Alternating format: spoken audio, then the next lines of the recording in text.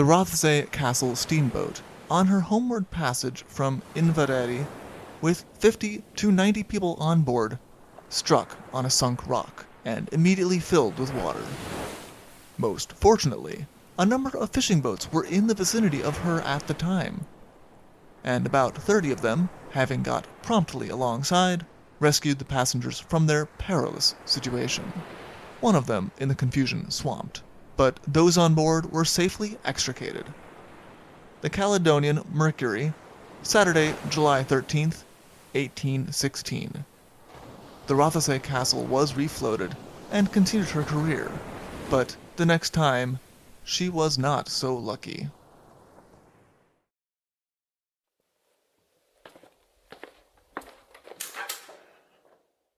Hello, and welcome to the Shipwreck Archive.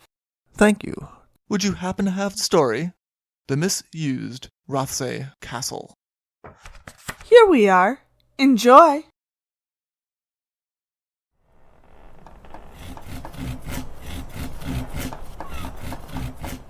The Rothsay Castle had been built around 1812, and much of her design and her entire history would be a matter of great discussion later.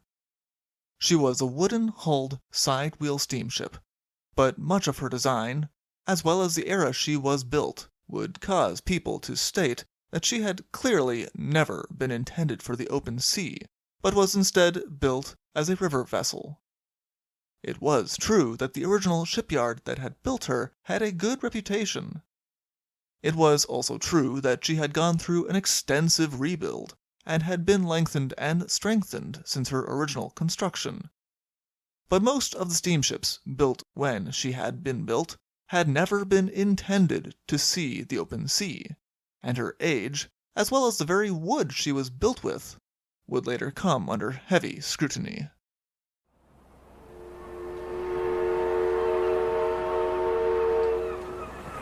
In October 1830, the Rothsay Castle was running a route between Inveraray and Glasgow when she was purchased by William Watson. Almost immediately, he had to send the Rothsay Castle in for extensive repairs. In the time that the Rothsay Castle was owned by William Watson, he had to repair and replace her decks, put a new boiler in, put in new paddle boxes, and have her bottom and keel rebuilt. This was done over the course of the Rothsay Castle being sent in for repairs multiple times. The first time that she was in the shipyard, William Watson was told that her bottom was broken and the ship was not seaworthy, but he chose not to have the boards replaced. Soon after, he was forced to bring the ship back and have the work done after all. It was later noted that though a new modern boiler was put in, the Rothsay Castle still had her original single engine, which meant that she was by no means using the new engine to its full potential, and she was not able to put as much drive behind her paddles as most ships that went to sea in her era could.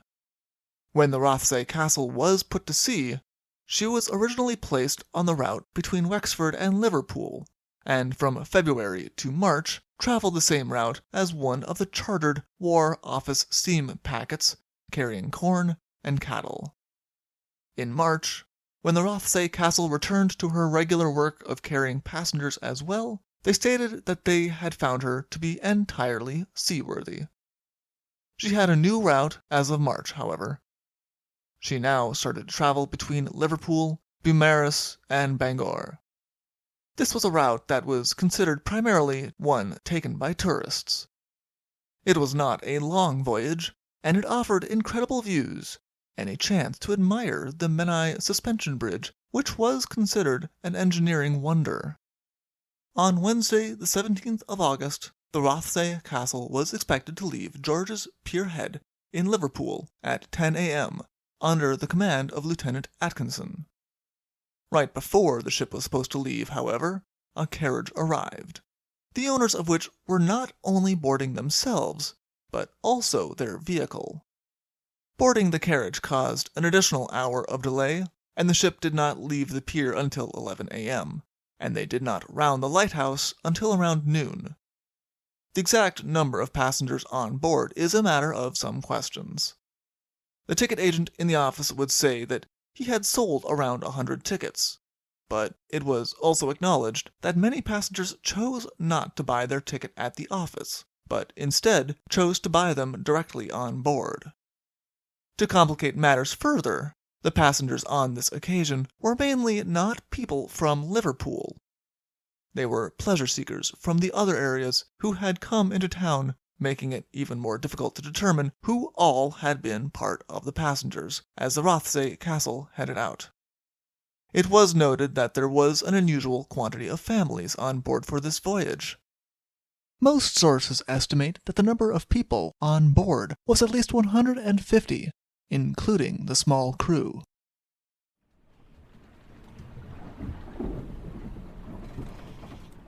The weather was not bad when the Rothsay Castle left Liverpool.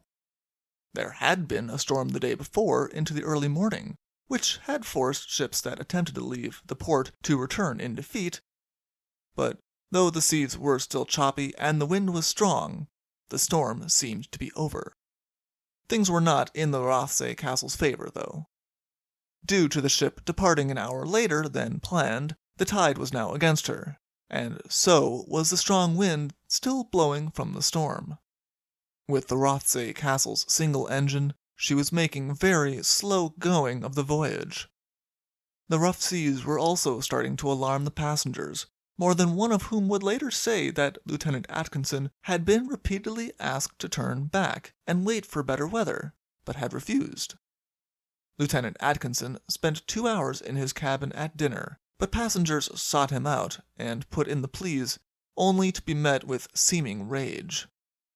He swore at them, told them that he was not one to turn back, and informed them that if he did turn back when he had a ship full of passengers, he would never make a profit.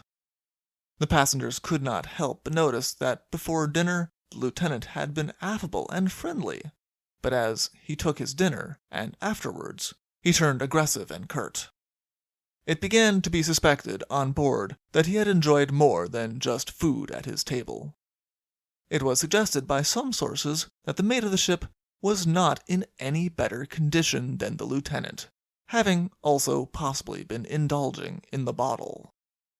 About 15 miles from Liverpool, they passed the Prince Llewellyn. The Rothsay Castle's counterpart passed them headed back to Liverpool, and noted that the Rothsay Castle was now very far to leeward and off course. The people on the Prince Llewellyn were alarmed by the observation, becoming concerned that something had gone wrong on the Rothsay Castle, especially since the Rothsay Castle did not seem to be making any efforts to correct her course. The truth of the matter was that the lieutenant still had not returned to the deck, and the mate did not seem inclined to do much. Even when Lieutenant Atkinson returned to the deck, he did not seem inclined to do much. Meanwhile, the passengers were becoming increasingly alarmed.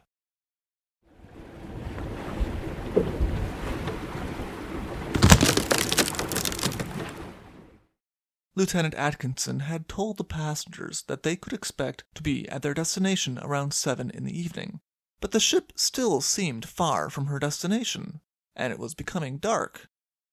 Through the day, the Rothsay Castle had demonstrated her poor condition, as, in the rough seas, she had begun to leak, and water had been forcing its way in through the axles of the paddles and loosened planks until the cabin floors were flooded and the engine fires were partially out.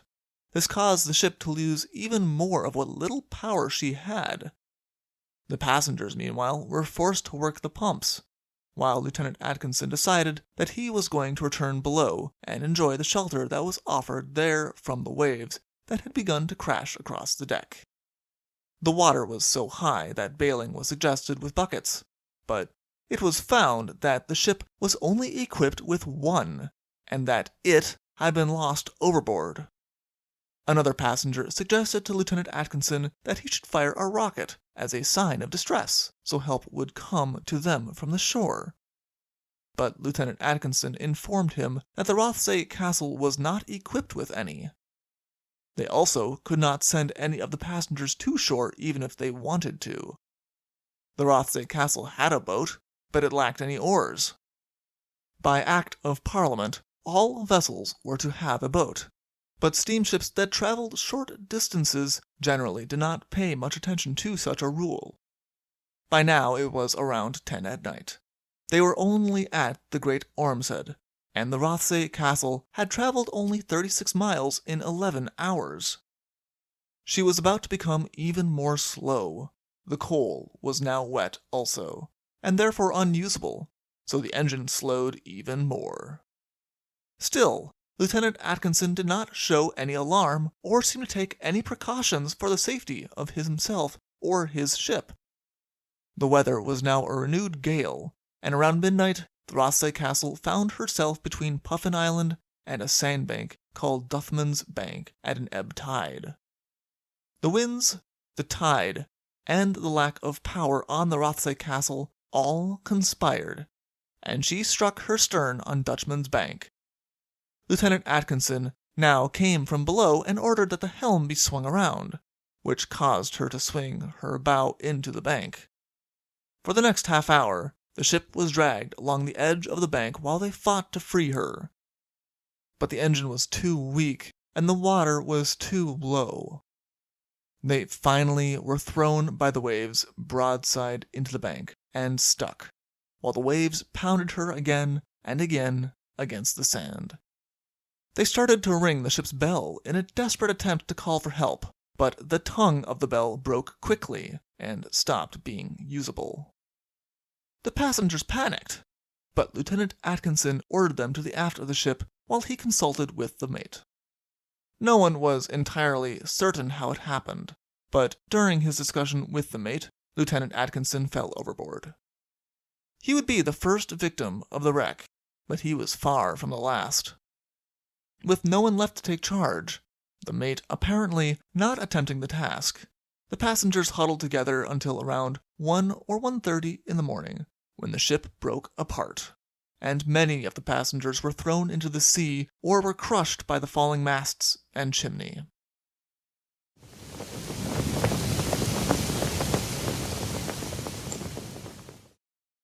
The quarterdeck of the Rothsay Castle was new, having been one of the decks that was replaced recently, and this parted from the hull with 6 men, a woman, and a boy, but it was still held to the ship by some of the ship's tackle. A Mr. Jones, who was a professional pilot, had a knife and cut the tackle so that the quarterdeck now became a raft. Mr. Jones estimated that at the time that they left the wreck, as many as 50 people were still clinging to it, and the rest were now in the water. Of the people clinging to the wreck still, only around 10 would eventually be saved. The quarterdeck raft found a man who was clinging to a board in the water, took him on board, and then began to paddle with boards, while using a petticoat held by 2 men as a sail. They were seen shortly after daybreak by a man walking on Beaumaris Green, and he swiftly gathered a crew. The Beaumaris lifeboat saved the people from their raft around 7:30 in the morning. More help was also on its way. A Mr. Nuttall and a Miss Whittaker had boarded the Rothsay Castle in Liverpool as part of a large group of 26. They were the only survivors. Nuttall had fallen into the sea when the ship broke apart, and was in grave danger for a moment. He could not swim, was wearing a greatcoat, and had a little boy clinging to his back. He fortunately found a rope and followed it to a part of the wreck that was held together by the wheel of the engine. Here he found Miss Whittaker, another little boy, and 6 men. They remained there until 7 in the morning, until Miss Whittaker's shawl, which they had hung as a signal of distress, attracted the attention of those on shore, and the local pilot boat came and pulled them off. Several of the people who had ended up clinging to the floating wreckage as it broke away from the ship ended up close to Beaumaris, where they were picked up by boats. The bell that had been rung until it had broken had also not entirely failed to gain attention. A schooner had been at anchor off Beaumaris Green, and had heard the bell, and realized that there was a ship in distress, but due to the Rothsay Castle also not being equipped with a lantern, they were not able to find the wreck. They did not give up and continued to search until dawn, when they could see people in the water clinging to wreckage floating in the water. In total, 21 of the estimated 150 people on board were saved. Entire families had been lost, and the public was horrified. Many of the people who had set sail on the Rothsay Castle were never found, and sometimes those who were found were up to 100 miles away from where the wreck had taken place. The couple who had delayed the steamer from departing by arriving with their carriage were both lost, as was their servant. But someone did manage to save the small dog they had with them.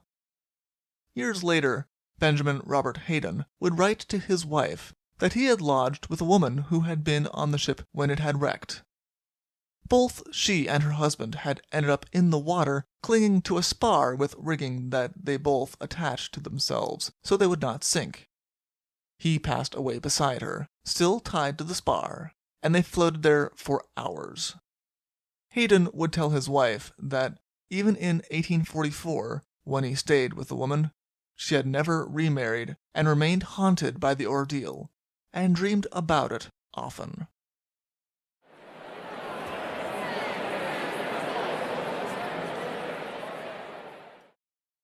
The coroner's inquest was harsh.